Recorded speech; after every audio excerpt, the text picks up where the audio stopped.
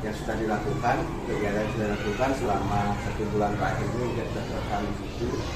Kemudian terkait dengan penertiban daripada komunitas pelajar, komunitas praktisi, karena sudah jalan, aman. Tinggal dilanjutkan terus, karena bagaimanapun juga komunitas praktisi itu adalah pionirnya di sekolah itu untuk selalu dimanfaatkan demi peningkatan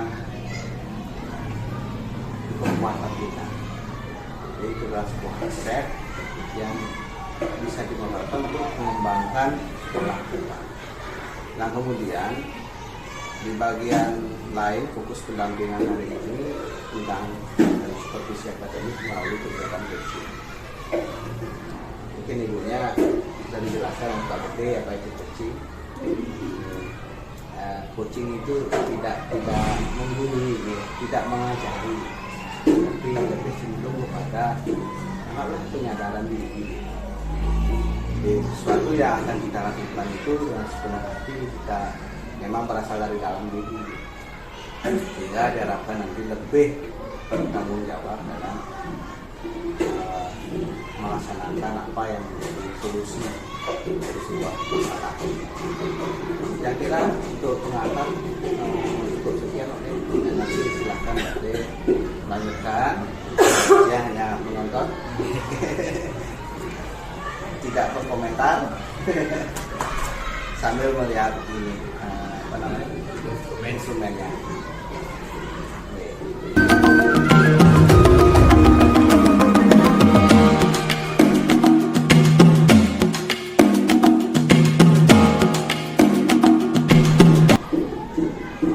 Swastiastu, selamat pagi. Berjumpa kembali bersama saya IGD Purwawinata, calon guru penggerak angkatan 7 Kabupaten Bandung. Pada kali ini saya akan melanjutkan tugas aksi nyata saya pada modul 2.3 mengenai coaching untuk supervisi akademik. Dan pada kesempatan ini saya akan melaksanakan tahap ketiga dalam supervisi akademik, yaitu pasca observasi, tentunya bersama dengan rekan sejawat saya. Dan di sebelah saya sudah hadir Ibu ini selaku rekan sejawat saya yang telah saya observasi. Om Swastiastu, selamat pagi Bu Tini. Selamat pagi. Ya. Bagaimana kabarnya hari ini Bu? Alhamdulillah baik Pak De. Pak De sendiri gimana kabarnya? Ya, Alhamdulillah juga baik Bu. Ya, tetap semangat. Semangat pasti.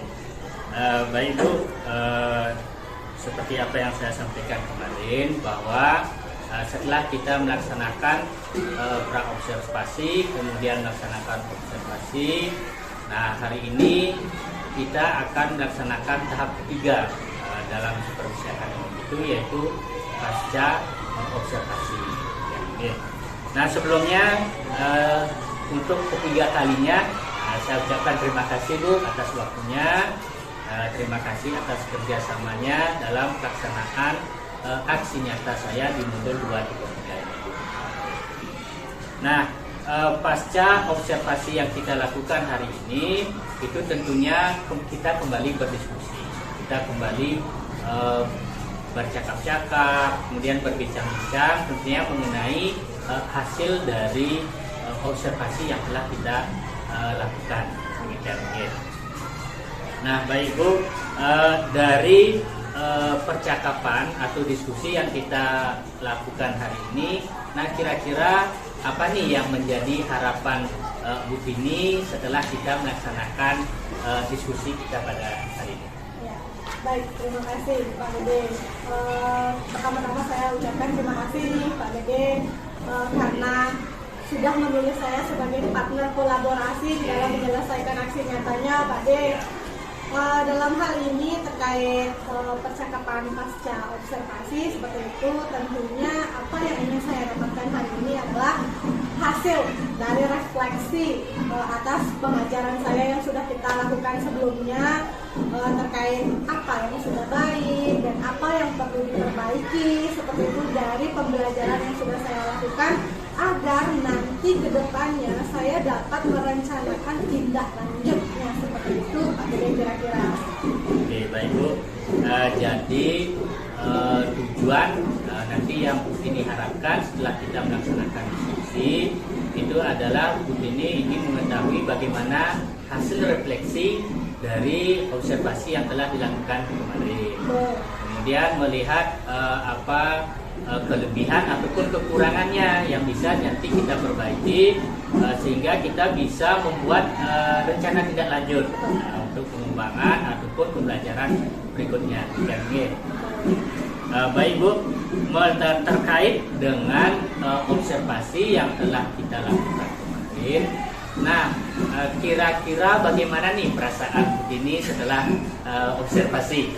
Bisa diceritakan? Oke, baik. Terkait dengan perasaannya Pak Dede, tentunya setelah melakukan observasi tersebut saya merasa lega karena sudah bisa membantu rekan sejawat saya sama guru kelas 6. Setelah itu saya merasa cukup puas Pak Dede dengan kegiatan pembelajaran atau kegiatan observasi yang sudah kita lakukan kemarin. Karena apa? Karena kita bisa kolaborasi di dalamnya. Begitu Pak Dede. Jadi perasaannya lega, mungkin ya. Kemudian tentunya senang karena pembelajaran yang dilakukan itu berjalan dengan lancar. Nah, terkait juga dengan observasi yang telah kita lakukan, nah bisa Bu Tini ceritakan bagaimana proses pembelajaran yang Bu Tini lakukan terkait dengan tujuan pembelajaran yang diharapkan atau tujuan pengembangan Bu Tini sendiri yang diharapkan. Saya ceritakan. Oke, baik. Terima kasih Pak Dede. Untuk hasilnya seperti itu ya Pak Dede ya. Saya rasa yang kemarin kegiatan observasi tersebut saya merasa sudah cukup mampu untuk merealisasikan pertama tujuan pembelajaran. Lalu yang kedua, bagaimana saya mengaktifkan diri saya untuk bisa mengendalikan emosi karena berkaitan dengan diferensiasi yang bermuatan KSD kemarin. Lalu aktifnya siswa saya di kelas juga sudah mulai terlihat dengan pembelajaran berdiferensiasi ini. Gitu ya. Baik, jadi menurut Ibu bahwa hal yang sudah tercapai dalam pembelajaran yang sudah dilakukan itu adalah tercapainya tujuan pembelajaran.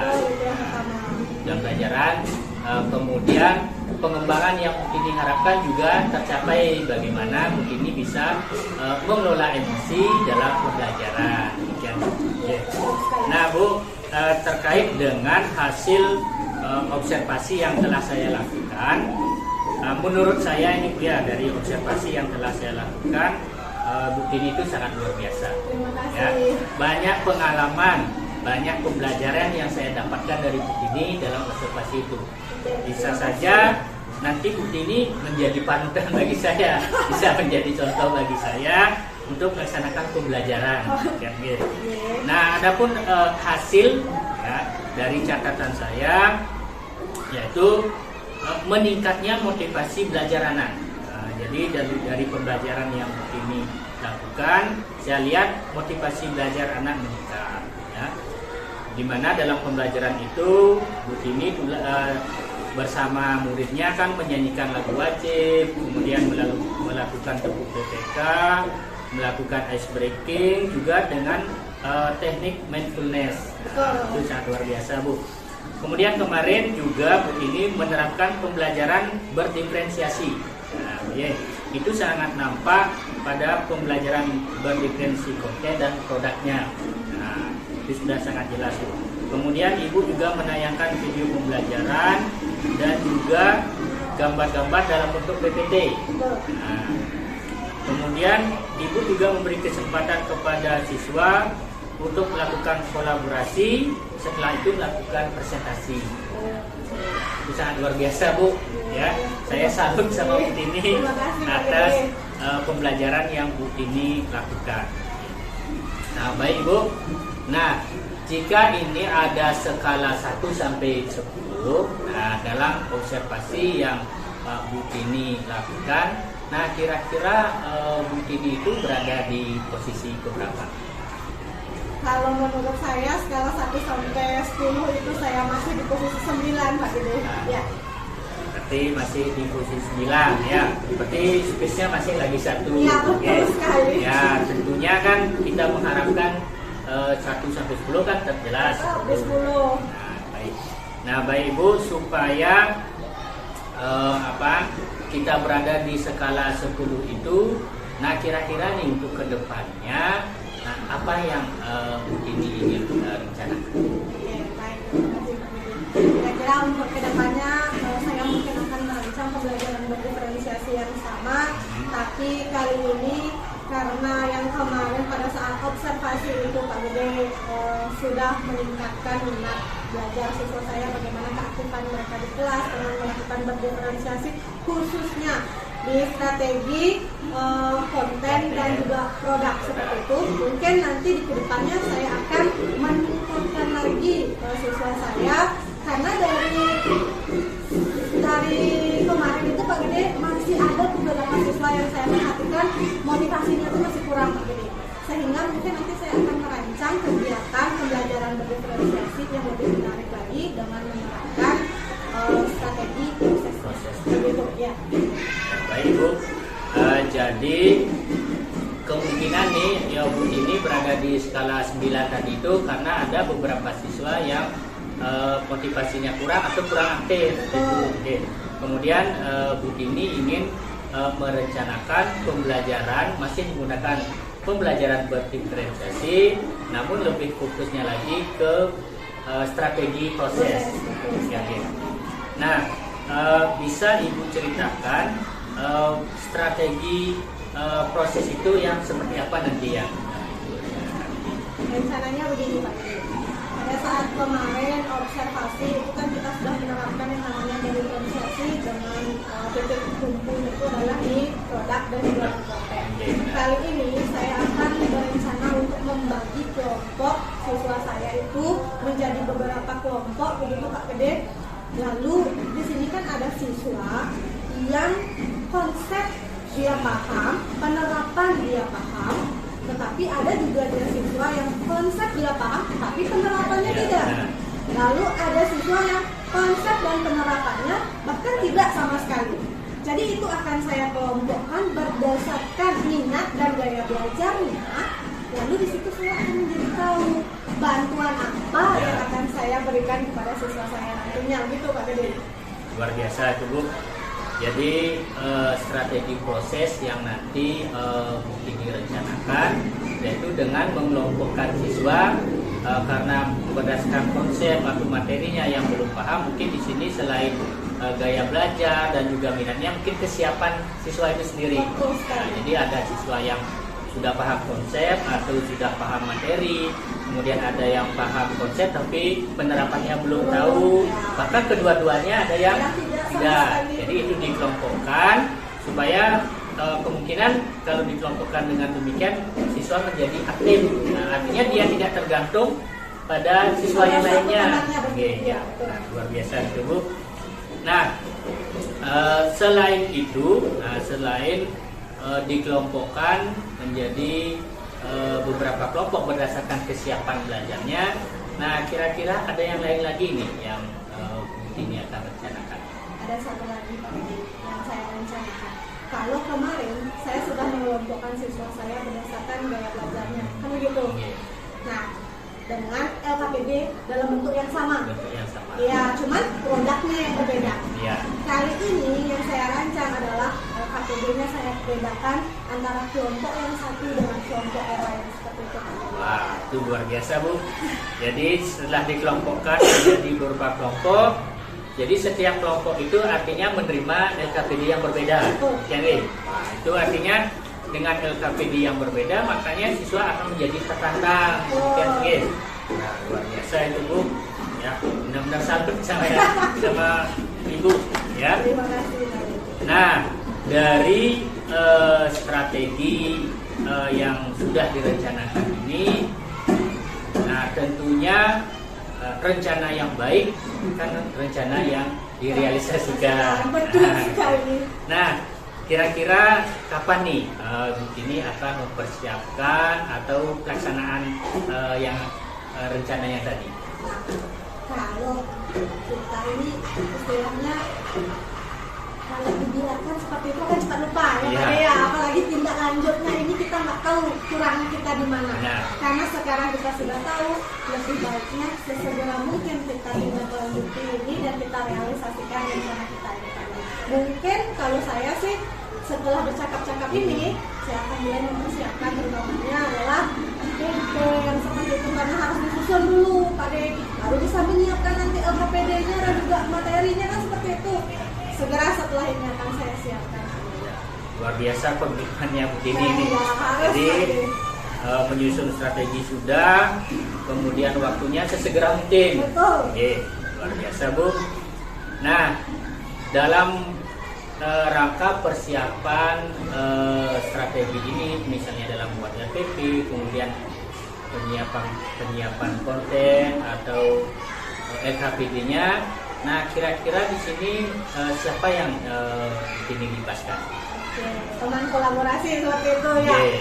Kalau kemarin di pra observasi adalah Pak Gede Purwo sebagai rekan sejawat saya sama guru kelas 6, kali ini mungkin juga dengan Pak Gede dan juga kita sama mungkin dengan guru-guru yang lebih sudah berpengalaman daripada kita seperti itu Pak Gede. Baik. Jadi tentunya yang menjadi kolaborasi adalah rekan sejawat. Betul. Dalam hal ini karena saya adalah sesama guru kelas 6, jadi mungkin saya akan dilibatkan dalam kolaborasi itu. Betul Oke. sekali. Nah, baik Bu, sama seperti pra observasi, jadi apa yang saya bisa pasti akan saya bantu. Iya, iya. Artinya kita akan selalu berkolaborasi, apalagi berkolaborasi dengan ini saya dengan senang hati. Iya, bisa berkolaborasi dengan ini. Nah, baik Bu, jadi hari ini kita sudah merefleksikan hasil observasi, kemudian Bu Dini sudah merancang strategi atau rencana tindak lanjut. Kemudian waktunya kapan, lalu siapa yang dilibatkan sudah disampaikan tadi. Nah, kira-kira ada nih yang perlu kita diskusikan lagi. Saya rasa saat ini cukup ya Pak ya. Oke. Baik Bu, kalau dirasa cukup, sekali lagi terima kasih Badi atas kerjasamanya, terima kasih atas waktunya sehingga pelaksanaan aksi nyata saya ini bisa selesai dan bisa berjalan dengan lancar. Senang dapat membantu Pak Gede di sini Pak Gede. Oke, mudah-mudahan Bu Tini selalu diberi kesehatan, ya, selalu diberikan kelancaran dalam melaksanakan tugas-tugas kita sebagai seorang guru. Oke. Terima kasih Pak Gede. Baik, kalau begitu kita akhiri saja percakapan hari ini. Oke, selamat pagi Bu. Selamat pagi. Baik, demikianlah tadi pelaksanaan diskusi pasca observasi yang bisa saya laksanakan bersama rekan sejawat saya. Dengan berakhirnya pasca observasi ini berarti berakhir pula aksi nyata saya pada modul 2.3 ini. Mudah-mudahan aksi nyata saya ini bisa bermanfaat dan bisa menginspirasi Bapak Ibu semuanya. Saya akhiri dengan Paramasanti. Om Santi Santi Santi Om. Terima kasih. Salam dan bahagia.